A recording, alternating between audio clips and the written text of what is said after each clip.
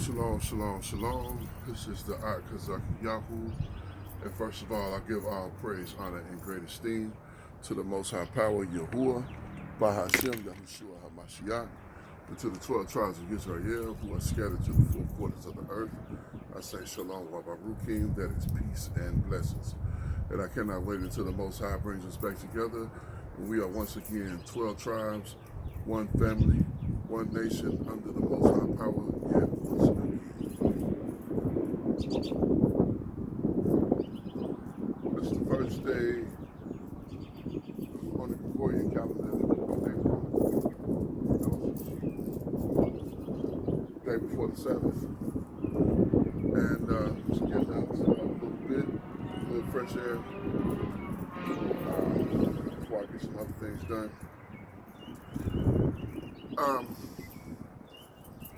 I wanted to talk for just a moment, briefly, about Torah, because Torah, by some people, seems to, for some reason, people think they can manipulate Torah and make Torah into what they want it to be. So let's get to the meat and butter of it, to the meat and bread of it. As a man, single man, I cannot make a deal with a man to lay with his wife because it's against Torah. I don't have any place, any right, any leeway to negotiate any deal for money, for position, for anything with a man for his wife.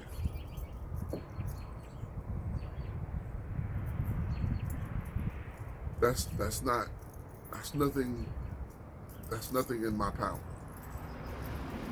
Even if I was to buy a servant, I couldn't lay with that woman if I know she's married. That's out of place. I certainly couldn't go to my brother, and say, I'll give you X if you give me your wife. That is adultery. Adultery is punishable by death. I cannot manipulate Torah to be what it is that I want it to be. I can't make it what I want it to be. I can't have it do what I want it to do. It is what it is. The law of Yahuwah is perfect. There seems to be some misunderstanding of what Torah is. And I think it needs some clarification. That's why I'm trying to bring here is some clarification. Because you can't do that. You can't be married to somebody and say, I'd like to open our marriage up so that we can be with other people. Especially as a woman.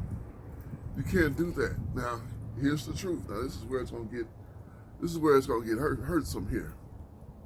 This is where it's gonna hurt some feelings. As a man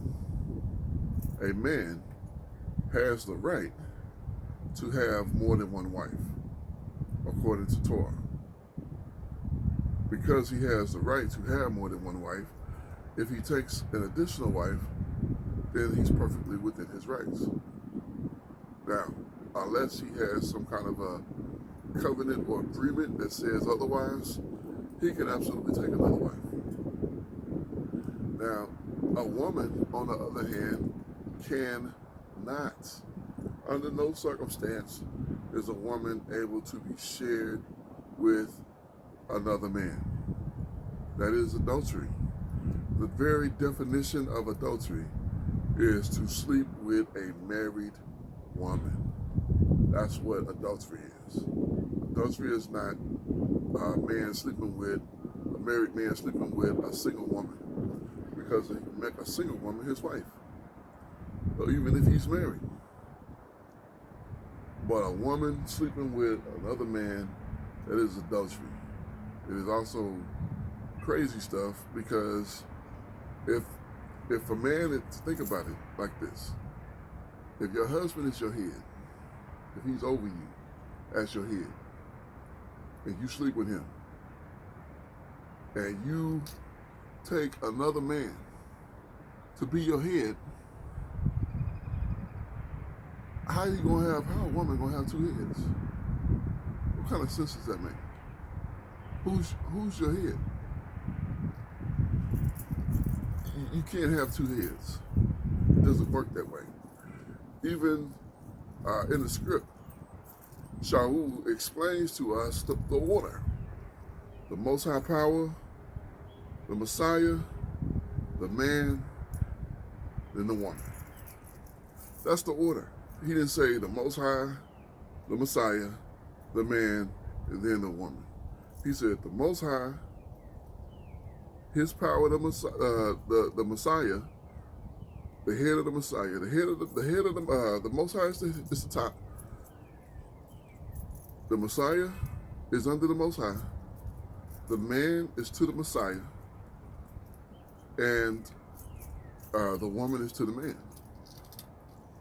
So, if that's the order, how in the world can a woman have two heads? How can a Messiah have two heads? He can't. It doesn't exist. So, we need to get out of this fantasy thinking that you can have, as a woman, you can have two heads. You cannot. As a woman, the man you lose your virginity to should be your husband. The man you give a baby to should be your husband. And the problem that has existed for too long in our community is that a man, the man you gave your virginity to is not your husband, as well as the man you've given children to is not your husband. It's very rare that they're one and the same, or they're two and the same. So, in conclusion, you cannot manipulate Torah and make it into something that you want it to be. There's no explanation I can give to the Most High as to why I would sleep with a man's wife. There's no excuse for that. Punishment for that is death.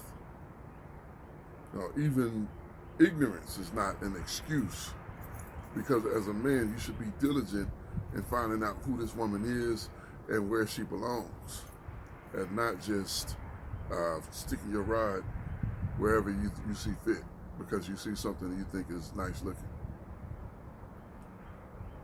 So I hope that resonates with some ruachs out there, and that people get a better understanding of this situation. There is no such thing as an open marriage.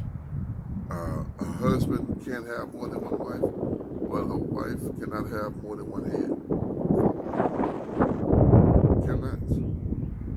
It's the trickle down from the Most High Power to Hamashiach to the husband to the wife.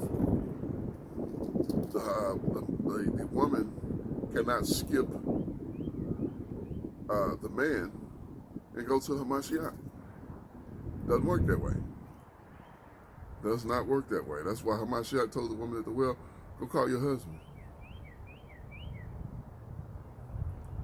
That's why when they were in the garden, he didn't say, what this woman at who had you do that, mess with that fruit? He said, Adon, where you at? Because you need to answer to me. So, in conclusion, keep these things in your mind, in your ruach, your spirit, and let's govern ourselves accordingly, because things are just completely out of order, and we can't have that. So This is Akazaki Yahoo, and once again I give all praise, honor, and great esteem to the Most High Power, Yahuwah, Bahashem, Yahushua, HaMashiach, and to the 12 tribes of Israel who are scattered to the four quarters of the earth. I say Shalom, Habarukim, that is peace and blessings, and I cannot wait until the day that the Most High Power brings us back together, and we are once again 12 tribes, one family, one nation under the Most High, once again under one covenant. Shalom, family.